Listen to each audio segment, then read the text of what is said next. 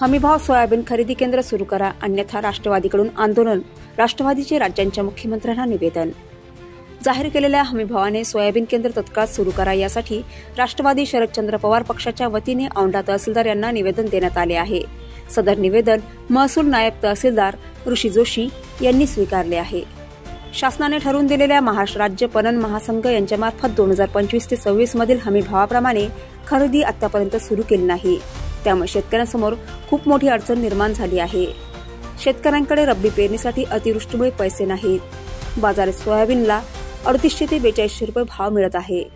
शासनाने हमी भाव 5328 रुपये ठरवून दिलेला असताना देखील खरेदी मात्र अद्यापही सुरू केलेली नाही. त्यामुळे शेतकऱ्यांसमोर खूप मोठा प्रश्न निर्माण झाला आहे.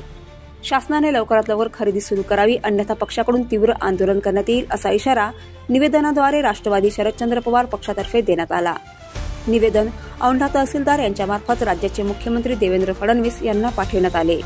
निवेदनावर राष्ट्रवादी काँग्रेस पक्षाचे हिंगोली जिल्हाध्यक्ष मुनीर पटेल, रमेश सानप, संभाजी चव्हाण, अप्पाराव आहेर, राजकुमार सुरसे, गुरुस्वामी मठपती, खादीर रहीम पटेल, गंगाधर लंगोटे, शिवाजी गाडवे, विकास पांडववीर, बाळू पांडववीर, गणेश मुळे आदींच्या स्वाक्षऱ्या आहेत.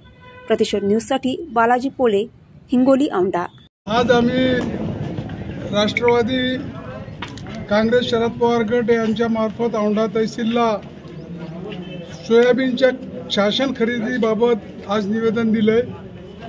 आज शेतकऱ्यांचे हाल होत आहे, कारण पुढची पेरणी करण्यासाठी शेतकऱ्यांना जे कमी सोयाबीन झालं, दोन क्विंटल 4 क्विंटल जे एकरी झालेलं आहे ते विकावं लागत आहे.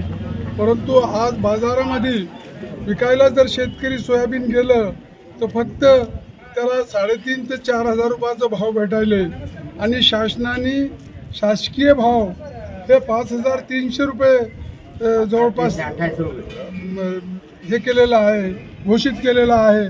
शासनाने पूर्ण सोयाबीन मार्केटला शेतकऱ्यांचं विकलं गेल्यावर त्यांनी चालू करायचं आहे की काय आहे.